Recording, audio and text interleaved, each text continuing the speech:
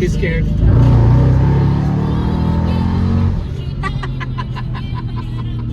What's up, everybody? Welcome to the Novichenko Whips YouTube channel.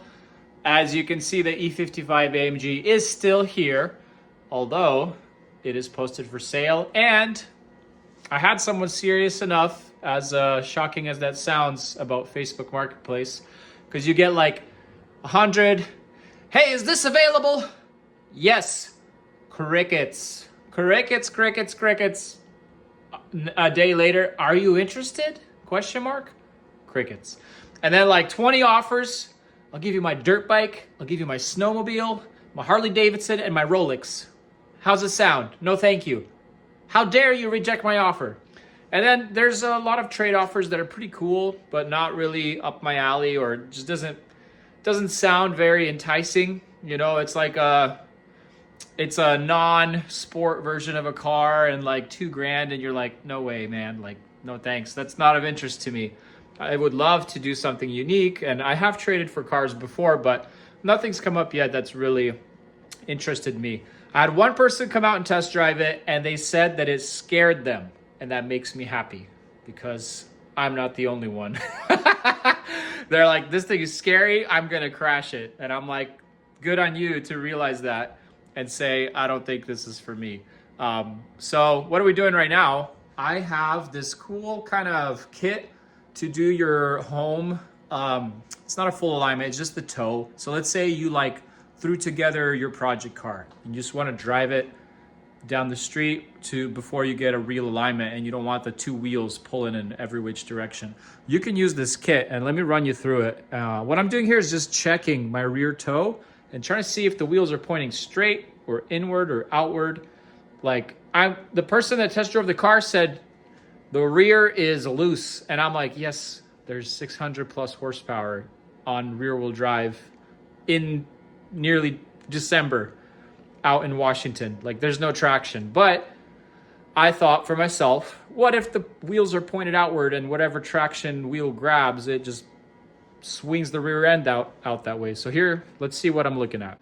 So these two plates here are done by some kind of automotive, whatever, Amazon company. They were not expensive and they work pretty good. I've used it on other cars to just do minimal adjustments to toe. So you have like these nice end pieces that help you perfectly space out from the wheel. You need to make sure you get the perfect outer rim of your wheel. And then you need these rubber pieces so it doesn't slide anywhere. And then you put in your two tape measures. And on the other end, like right here, you do the same exact thing, but you have your tape measures. And so without a crazy amount of force, you can see what the measurement is. For example, this one is 75 and right over 7/8. 75 and 7/8. Let me check this one. So this one is like quite a bit less. So you see where the 7/8 is right there?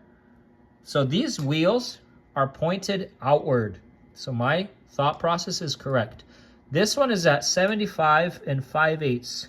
So 2/8 or a 1/4 inch in total, these wheels are pointed toe out. That could very easily be the reason of why it's dragging the rear end left and right. I would presume, let's say there's load on the wheel, it's still trying to probably turn inward on the suspension, right? So you've got the suspension arms coming off. There's like 5 of them, and your wheel is turning, pulling this way. So I still presume with a lot of force, the wheel does kind of toe in, but I don't know if a 1/4 inch is too much. I presume I would love it to be straight, like no difference front and back, meaning 0 toe. Camber, you saw in my previous video, I did like a redneck home camber measurement and tried to equal them out. But what I'm gonna do is right now is get the rear of the car up, and I'm gonna take those 2 arms, I'm gonna loosen the nuts on them, and I'm going to pretty much stretch the arm or twist the metal section in a way where the threads will increase and slightly push the wheels in. I'll try to do it equally on both sides, What this thing does not tell you is if it's the left one that's doing it more or the right one. You can kind of gauge that yourself, but it does tell you that currently we have a toe out type alignment in the rear. For the front of it, I might do the front as well. I didn't want to start the car and be all loud. It's pretty late here tonight, so I just lifted the rear end on 2 jacks. Always chalk the front wheels. I've chalked it on both sides, on both the front and back of the wheel. You do not want this falling on you in any way. I may also add a jack stand just to the middle, to the diff here in a second. The arms I was telling you about, I think they have either 18 or 20 mil nuts on them. And it's these right here. Luckily, they're pretty easily accessible. They're right there. And so we're just gonna undo the nuts on the ends. And I might do like a quarter turn or half turn. Whatever I'm gonna do identical on both sides. And we're gonna try to kind of see if zeroing out the toe in the rear will help the car wander less. That would be the goal. Let's see what the tread wear is like. It's pretty good. Still like some camber wear. Similarly on that side. I definitely want to, when I get the full-blown alignment, I want to zero out the camber. You need all the traction and tread wear you can get. Okay, what do we have? So we've loosened the nuts on both sides. So you can tell that here, it's not righty-tighty. Anyway, we're gonna turn this piece. I'm trying to decide if I wanna do a quarter turn or half turn. I'll probably start with a half turn and go from there. The trick about it is to figure out which way to turn to make this whole thing longer so that the front of the wheel will point a little bit more toe in or inward. I think it's called positive toe. Negative toe means pointing out. And so, since spinning this thing, this nut, to the left makes it go inward, that means we need to spin this whole bar to the left, and it will cause the threads inside to come out. So let's just do 1 half turn. That's my plan. So I've loosened the nut inside as well. So now that logo, which was saying UPD or something, is now facing completely downward. Boom. And I'm just gonna tighten these bad boys back up. These were extremely tight. I don't want to do them crazy tight because what if you need to make adjustments in the near future? To be honest, it didn't look like that moved a huge amount. So I might just complete the rotation and face this upward. Although no, now that I look at it, it comes out quite a bit. So we'll keep it at the half turn. You know, this is more of a educational thing for myself. So we're gonna remeasure once we get this thing back on the ground, and we'll see if we have zero toe. Let's go do the other side. All right, now that we've adjusted our rear toe on both arms, let's see what we're measuring up at on both sides. So here I'm seeing 56 inches and 1/16. I'm measuring on the left side. So we're halfway between the 56 inch and 1/8, which is 1/16. And what I'm seeing here is interesting. Now we're slightly toe in. Now that we've adjusted both sides, we're at 3/8. So 3/8 on the back, 56 and 3/8, and I'd say close to 56 and 1/8 on the front. So we're 2/8 toe in. I'll drive it a little bit. What I want is for the rear to stop doing this when you're giving it full throttle, because it used to thrash it about dramatically, and I think it was just like a wheel would catch traction and pull the car in that direction, and the rear would try to surpass and oversteer the front.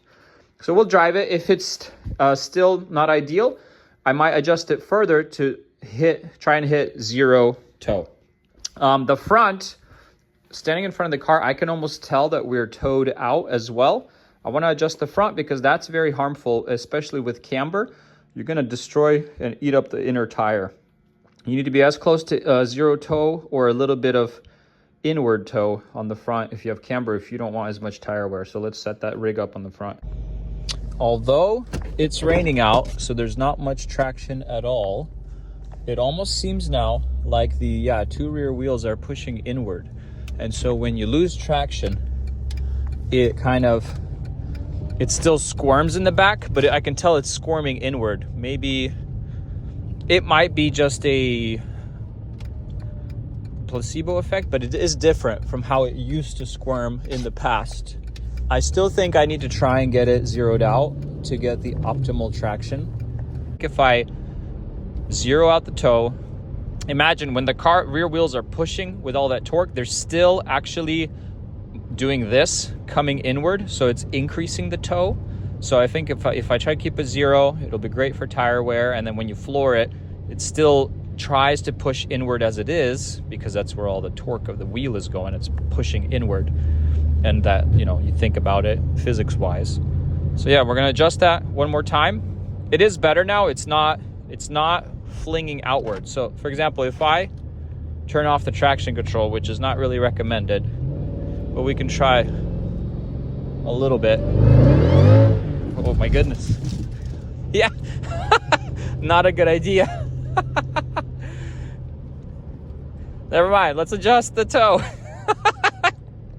Okay, here we're at the front. So I think the front is near zero toe. I see that we are at 75 inches and exactly 3/8.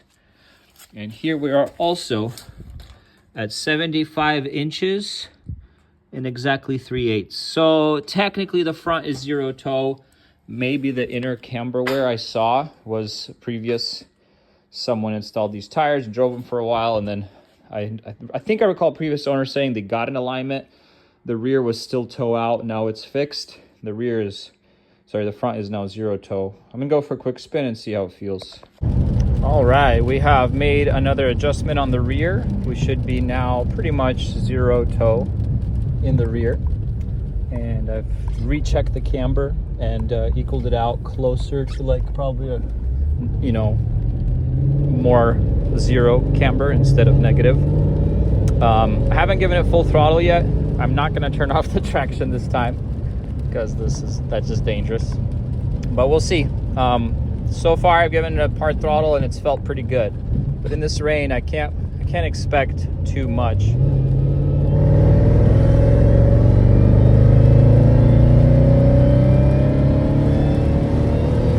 It's definitely not shimmying anymore, so I think that's solved our problem. I'm pretty happy. Third gear pull, my rear is planted and you didn't even see the traction control blinking, which means I think the tires are as flat as possible, going straight ahead as much as possible, and so that way we're not losing traction where we don't want to. We're gonna try a second gear after we get over this crest, and that'll confirm. I'm sure it's gonna start breaking loose in second in this weather, but I just want to see what the tendencies are and the behavior is like. Wait till I get onto the straight. All right. Oh, it's going straight. Oh my goodness, she goes straight. She's not. I love it. Second gear in the rain and no slippage. I'm loving it. Man, she's dialed. Like, watch this. It hooks. It used to not hook at all. There was like nothing before. You were just like, slip, slip, and now we grip. I decided since the E55 AMG is for sale, I should drive it more, and actually enjoy it, put some miles on it. So today we're commuting to work, and we're gonna get some like real world, I guess, overview of just commuting your German muscle car to work. Join me. Thanks for tuning in. Here we are at the gas station. Let me know what kind of MPGs your E55 gets. Somebody commented that they get like 25 plus, but I presume maybe that's on a stock E55 if you're just highway cruising 50 miles an hour. We're back at it. I always forget to say thank you for watching the videos, and for those who subscribed, thank you very much. We're going to see how much blow-by our oil catch can has caught over, I don't know, a bit of time. I don't know, a couple months now of driving and ripping around on the AMG. It's kind of cool that they have this little dipstick. And recently when I drove it to work, I saw, yeah, you can see, I see some residue on my finger. So I'm gonna unscrew that, and we're going to witness together for the first time the true blow-by nature of the M113K engine. In this case, pretty modified, you know, driven hard but loved, so to speak. And to note, my can isn't vertical, it's laying at a slight angle. That's just the way I have it positioned. I don't suspect that there's a huge amount of stuff in here, but I'm trying to find a place to drain whatever's in here and not get it all over the ground. So here's something. Here we go. Come on. Okay. Honestly, it's just condensation. And that's a good thing. You know, if your engine is blowing by like there's no tomorrow, there might be something wrong with it. So I know there's a lot of air moving through this thing, because even when I unplug the dipstick while the car is on, it changes the idle, and you can hear the whistle of how much air is getting moved through that thing. It's because this is like the single point from both heads where you get, as what they call, the ventilation from the heads. It comes into a little Y pipe underneath the throttle body and goes into here. It used to be a direct shot back into the snout of the supercharger, and now at least, you know, you get some filtration, so to speak. So it's better than nothing. Okay, today we're gonna change our lip on the car. So let's do that. Boop. So this old lip is busted up. I got it this way. I do like this kind of contouring on the front of it. The new lip I got is a little different. Hopefully it still looks just as good. It's just, this is very noticeable on the exterior of the car. It's right there. And I also want to fix the little bit of movement. I think the top kind of points on this thing were ripped off by someone previously, but I'd like it to sit a little bit more, you know, depth in there, just to be more secured. I'm sure it's not going to fly off. All the air is coming towards here. I've seen people fully remove this on their E55s, and I don't know how I like it. I kind of like that grill. It probably, when you remove it, lets more air in to hit your cooler, but I think the grill is pretty iconic on these cars. What if I remove it right now and we'll just take a look at it? Can't hurt. Let's take a look. I mean, it looks a little bit empty and naked. Like, imagine you're standing, you're gonna see that gap anytime you come up to the car. Like, I did radiator paint those black earlier when I bought the car, and you know, but still, it looks a little bare bones, but someone might like it. I don't know, maybe I'll give it a shot, and if it bugs me, I'll just install that back. I know I could probably buy those specific clips that they have in there. Maybe I'll see how much they are. If they're super easy to find, I'll buy them. If not, I'll figure out a way to secure it back in there. All right, let's take off this lip underneath. I have actually not even looked at how many screws are under here. And okay, well, this is fun. People just used a lot of longer straight through screws on here. It'll be easy to take off, and then we'll see. We'll try to install the new one nicely, maybe with double-sided tape, just so it all adheres really, really nice. Dun, dun, dun, dun. Well, this one was definitely on double-sided tape. Ooh, crunchy. Man, I was gonna use this as a giveaway for the channel. I'm just kidding, I would never do that to you guys. Let me bust this off. Boop, boop.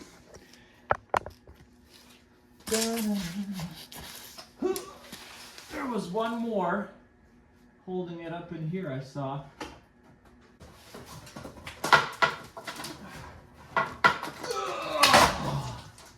Delicious.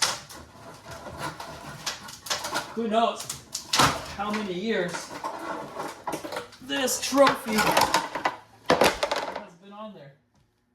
What I'm gonna do is get a heat gun and take off all the old double-sided tape.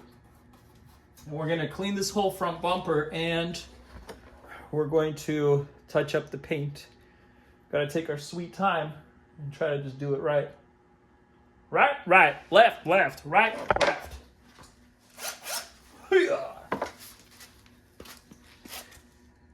Okay, so I got the new one. I pre-drilled some holes. I added double-sided tape everywhere. I don't have a second set of hands. I don't want to go bug my wife. So I have these wood 4x4 blocks, and I'm going to try to lower the car just enough to where I can kind of align things with like 1 inch of clearance. And then I'm going to take off the tape. Well, I'm going to test fit it first, of course. I might add another 2x4 there to raise the center section up. And yeah, we're just going to try to do it all by ourselves, but you want to take your sweet time with this because that tape really takes, and if you screw it up, it's kind of a process to reheat it, unstick it, and get it back. So yeah, measure 7 times and cut once, as they say. Okie dokie, let's do this. Hope it works. So I'm probably gonna just lower the car a bit for a test fit first. So what I'm noticing is this side of the lip aligns with this bumper line. And so as long as I shoot for that bumper line on both sides, like, is it like so? No, I mean, this side doesn't really do that. This is, of course, the usual. So it aligns. Okay. Or, you know, what someone might recommend is doing the middle first and then moving outward from there.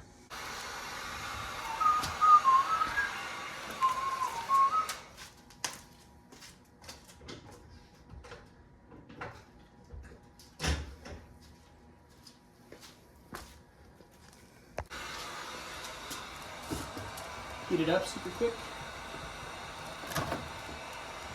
Ah, it's hot. It's hot. We got the hot stuff ready tonight. Oh, hot stuff tonight. Ooh. Hot stuff. Hot stuff indeed. Bow, bow, bow, bow, bow. New lip. New whip. It looks good. I'm happy. I don't remember how much I got this for. I bought it off someone on Facebook, but I like this new style lip as well. It looks different from the old one, but it looks nice and shiny. Yeah, I love it. That's a good look. Side profile. It's not sticking out too far. I've seen lips where they're just like, I kind of like this look.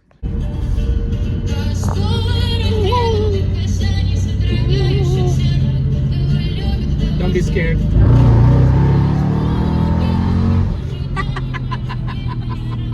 So we're finally scheduling an appointment with my local tint shop to take care of all this ugly flake, because I am very excited for the rear window to actually be viewable out the rear view mirror.